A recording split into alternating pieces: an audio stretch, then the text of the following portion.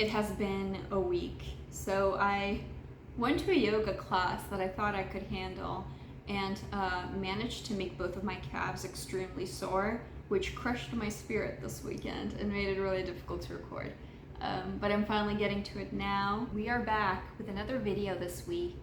After the last few behemoth videos that were super long, and took a really long time to edit, I wanted to do something that was a little smaller, a little more pared down, and it was just a quick and easy way to talk about a couple of things I'm excited about. Over the last few weeks, as I've been working with my Scrum team on some features, I've realized that I've really kind of missed doing design exercises. At my current company, in my current role, there aren't really a lot of opportunities for me to engage in that kind of activity with people.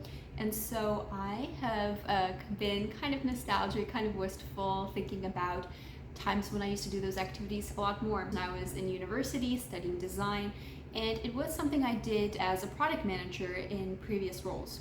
So I wanted to talk a little bit about my top couple of exercises, design exercises that I like to do that serve different purposes, and cover that in this video. Also, if this is your first time to my channel, then welcome, hello. My name is Kristina, and I'm a product manager working in tech in Washington, D.C., and I like talking about design and business and user experience and all of those things that go into making really cool products and features.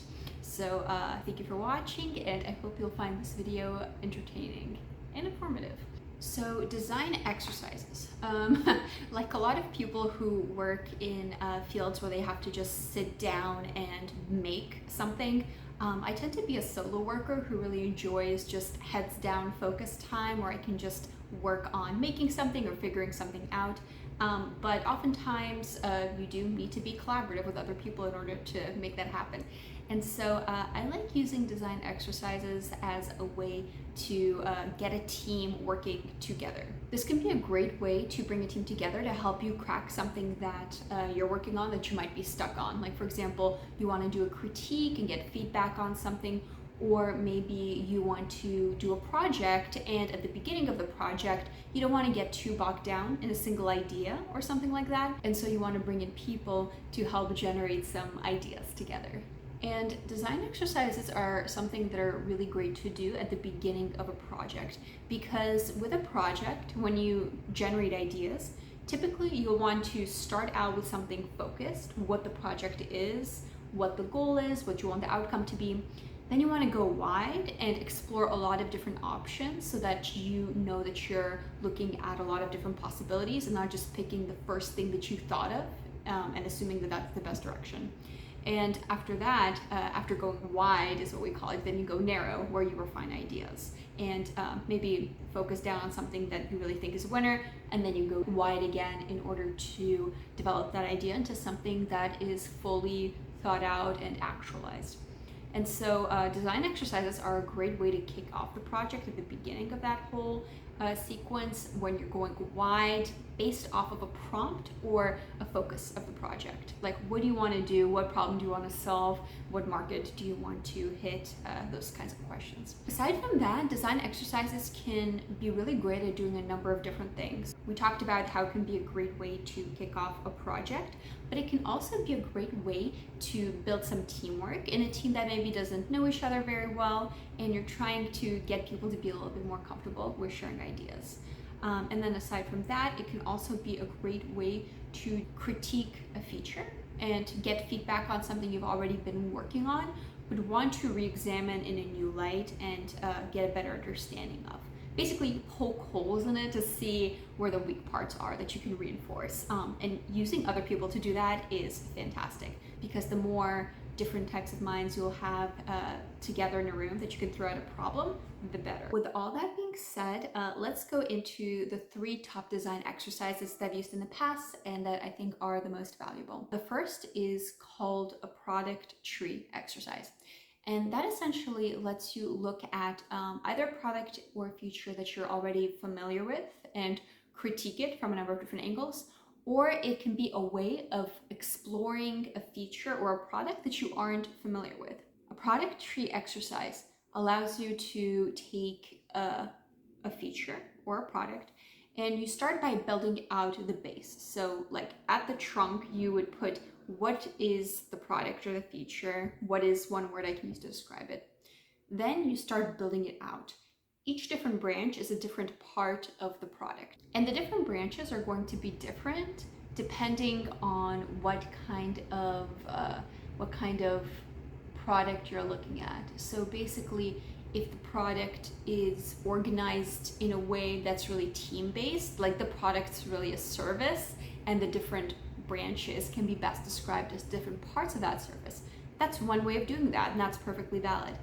Or if the product is very user interface heavy, maybe there's a website with some very specific parts and also an app with some very broken out parts, then that might be another way of organizing that information. And that's more oriented around the UI rather than the teams servicing different parts of the product. So depending on the company, depending on the product, you might go about this in totally different ways. And if this is a product that you're working on or a product you're really familiar with, then it's going to be a great way of documenting that product, organizing it, teaching people about it, and really digging into it. One thing that you can do really easily when you're doing this exercise on a project you're working on is you can kind of see where the sparse patches are and what overdeveloped, overburdened parts of the product are that you might want to prune to kind of extend the tree metaphor. So for example, if a whole branch of the product that seems really significant because it's one of the major branches only has a couple of twigs sticking out the side of sub-features, then maybe that's an important area of the product that you might want to re-examine and see if you want to build that out a little bit further, if it's looking a little bit sparse compared to the other major branches. On the other hand, if you have a branch that doesn't seem to be that important, like maybe it's a small page or area of the product, but it seems overburdened with a ton of little branches, then maybe that's telling you something. Maybe there's too many old processes weighing it down that need to be just sunsetted, taken out entirely, and you know, it's not necessarily going to tell you what the answers are to those questions, but it helps you get to those questions.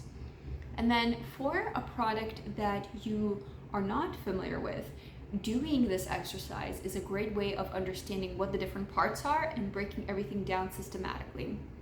So this can be good for doing a competitor analysis, for doing an exercise at an interview, or doing a side project.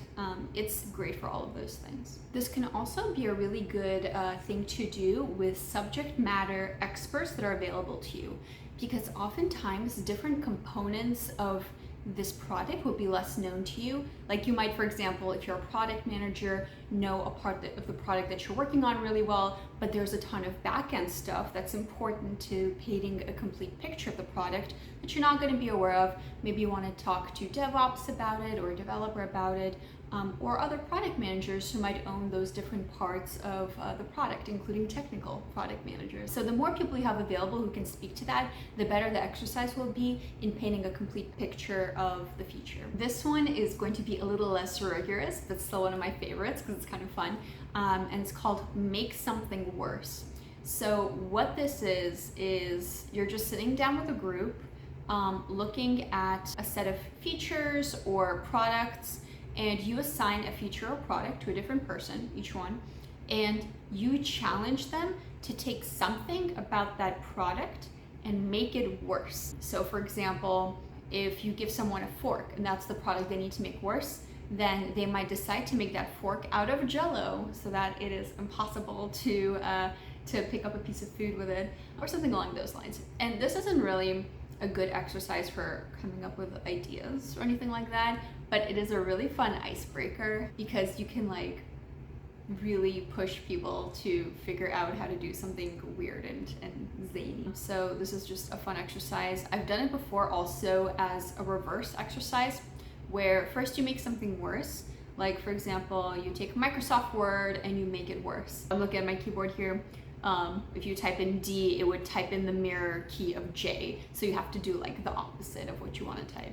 So something like that. But once you get someone going, thinking about all the ways a product can be terrible, another thing you can do instead of just using it as a team building, ice breaking exercise is pivot from that into an idea generation exercise, especially if you used the actual product you want to work on for that exercise. And now instead of thinking about how to make all these features worse, they're thinking about how to make them better. And then last but not least is round robin.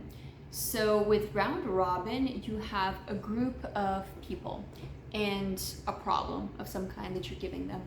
And you are asking them to sketch out an idea to solve that problem. Or if they're not comfortable with sketching, like maybe it's a group that isn't really used to sketching for their job, you can have them do bullet points instead to describe an idea. So you set a timer, you give them a certain amount of time to work on the problem, and it can be as short as 30 seconds or as long as 15 minutes. And then when the timer's up, you go around that group and you have each person present their idea to the group and explain how they went about solving that problem. After they've done that, you reset the timer, have everyone pass their idea along one position to the next person, and then that next person is tasked with building on that idea for the next 30 seconds, 15 minutes, however long you want to set that timer for. And then when it runs out, they present what they did and so on and so forth. And you do that as many times as you want. So this is an exercise that can scale really well based on the problem, the size of the group that you're in, things like that, because you can mess around with the timing and with how many rounds you do as well. So it is a great way of getting really good ideas out of people in order to get them to solve a problem. I've done this exercise mostly in person because it's really nice to just be able to sit with a group of people, sketch, kind of make eye contact when you're explaining ideas, and then use the pieces of paper to pass around, and then at the end have this like nice stack of papers with everyone's ideas on them. But this is something that's really easily done virtually as well, and I think might be actually a better medium for doing this exercise. So if I was to do this virtually, I would recommend a whiteboarding program, maybe something like Miro, where you give people their spaces in order to sketch or upload something, and you can even do a timer in Miro. And then after that, when they're ready to present and move on to the next person, you can have them actually copy and paste their ideas so that you maintain a record of each phase of the idea. So that can be a nice way of doing that as well. This is a really, really good technique for creating both very novel ideas that have a great breadth of variety, and also for creating good ideas through this exercise. And here's why. You are essentially prompting the group to engage in a kind of creative Darwinism through the format of the exercise. Because what happens when you engage in this exercise is that when a person gets an idea from the person next to them, and they're looking at that idea and they're trying to figure out like, okay, what do I want to do with this? They're going to look critically at that idea. They're going to break it down into different components, and then they're going to pick the things that they think are going to be successful from that and build on it into future ideas. And they're going to disregard and kind of set aside the part of the idea that doesn't seem that promising. And as you kind of go through that over and over again, other people might see something promising in another part of that initial idea that the second person didn't see, so the third person might pick up on something. Or if a part of that idea really was a bad idea, it's not going to get picked up by anyone. So other things are going to get iterated on and developed, and then the part of the original idea that wasn't that good just doesn't get picked up, and it kind of like withers on the vine. And one other thing that I really like to do when doing round robin is provide extra space, time, sheets of paper, whiteboard areas, whatever that looks like, for the participants so that they can jot down side ideas. And I like to tell them at the beginning of the exercise, like, hey, if you have another idea that maybe doesn't fit in with what you were given from the next person over, but you want to write it down and present it, then please do so. Because the whole point of the exercise isn't to just like build up a couple of perfect ideas, it's to generate a lot of ideas. So it's it's just good to be able to give them the opportunity to do that as well. So that's it. Those are my top 3 exercises that I love the most.